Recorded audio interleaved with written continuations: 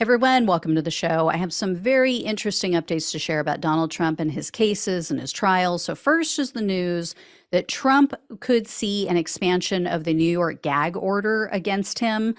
Judge Arthur Engoron, you guys might remember, he's presiding over Trump's New York fraud trial, and he recently ordered that Trump was not allowed to mention the judge's staff in any way, shape, or form. That was after Trump posted something about a court clerk on his failing social media site. Well, this week, Trump posted a Substack article. He reposted it, and it appears to contain the New York Attorney General's address, the same New York Attorney General who brought the case against him and is prosecuting this case. Also, the same Attorney General who has been receiving violent racist threats since she filed the lawsuits against Trump and his company. So I would imagine the judge is not going to be too happy with him. We'll see. In the meantime, the trial continues, and things really went off the rails this week in a couple of ways. Two people testified on Tuesday and into Wednesday.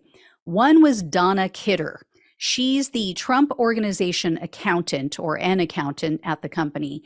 And she testified that when she was completing a spreadsheet regarding the value of one of Trump's properties, the company CFO at that time, Alan Weisselberg, advised that she value the property as if it had 100% occupancy, even though some of the units were still vacant. Kidder said she did that. She followed his instructions, and she had no idea that Trump was going to be using that data to falsify his net worth, to bolster his net worth. She also mentioned something very interesting.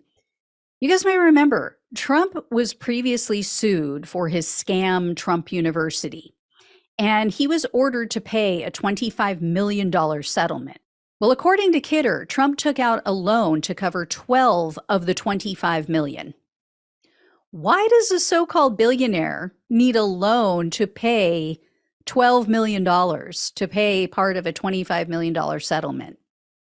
Yeah, we all know the answer to that. Anyway, the testimony that seemed to piss him off was given by a real estate appraiser. He's also a real estate brokerage executive named Doug Larson. There was an exchange on the witness stand in which Larson addressed the valuation of a Trump-owned retail property. He said that the way Trump's employee valued the property, quote, doesn't make sense.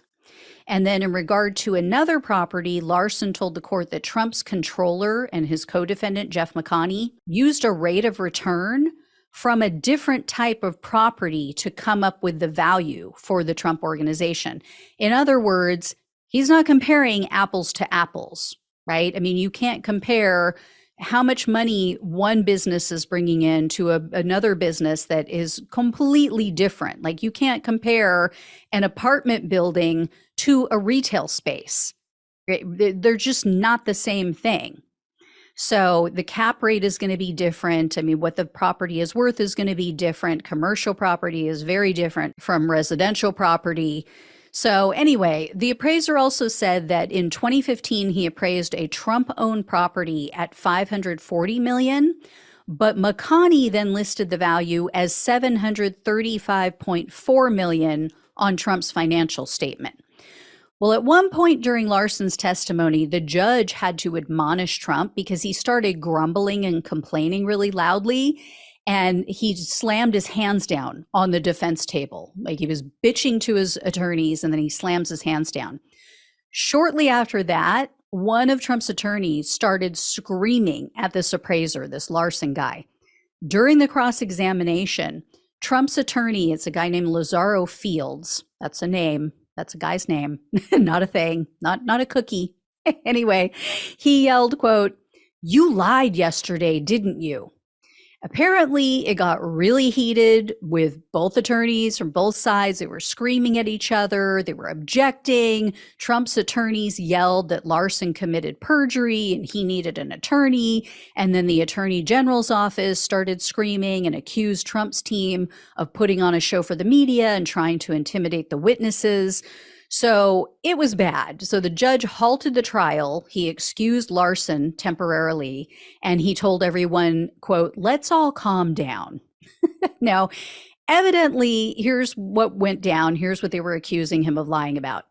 On Tuesday, Larson answered no when he was asked, quote, "Did you work with Mr. McConney in 2013 to determine the cap rate that he used to value this property?" Don't know which of the properties they were referring to, but it was one of them. Well, Trump's attorney had emails that he was waving around as he's screaming at this guy, this Larson. And they apparently showed that Larson had sent market information and capitalization rates to McConney. But Larson said, "No, I didn't lie." He kept yelling back, "I did not lie." And I don't know if he yelled, but he was very forceful from the way it sounded in the reports. He kept saying, "I had no recollection of assisting in the valuation of the property with McConney." It was 10 years ago, right? I don't think a lot of people would remember every single detail. But this definitely wasn't a positive revelation for the prosecutor. Overall, though, I don't think it's going to do much damage to the case against Trump. I mean, there were so many different properties. That is one of how many that they fudged the value or changed the value. And so, yeah, I mean, was that great that the guy doesn't remember that he helped with the valuation of that property 10 years ago? No, but what's their excuse for all the others? The other thing that happened this week at trial was very bizarre. There was a woman who was arrested after she tried to approach Trump, and she was yelling at him that she wanted to help him. He was totally oblivious. He had no idea that any of this was going down. Apparently, they removed her from the courtroom, and reporters say that she was heard outside of the courtroom, but still in the courthouse lobby, screaming. And this was before they took her out of the building. Eventually, they got her outside, and she told the officers, quote, "You're scaring me, and I have a right to be here. I'm an American citizen, and I'm also a court employee. I'm also just here to support Donald Trump." So her name hasn't been released yet, but apparently she is actually a court employee, like she said. So she has been placed on administrative leave, and she was charged with contempt of court in the second degree. In other Trump news, Trump lost in court again. He had filed a motion asking U.S. District Judge Amit Mehta to indefinitely suspend the civil case against him that was brought by the family and the estate of Officer Brian Sicknick. Trump argued that because this proceeding, this trial, could overlap with his criminal cases also involving January 6th, it would put him in a difficult position regarding his testimony. He would have to decide whether or not he is going to cite the Fifth Amendment and refuse to testify, because, in a civil trial that can be used against you. It can be an adverse inference is what they call it, that you tell the jury, look, he took the Fifth, refused to testify, refused to answer these questions. You can assume that means he's guilty. So obviously in a criminal trial, you would want to take the Fifth. It can't be used against you, but in the civil case, it can. So anyway, it does put him in a sticky position. But the judge disagreed because the judge said the case is just beginning. It's in its, infant stages. And also the public has an interest in moving this matter forward. All right, I'll let you all know when I hear more. Thank you so much for watching and listening. Please like this video, share it, become a subscriber, become a donor. Love you all. Take care. Talk with you soon.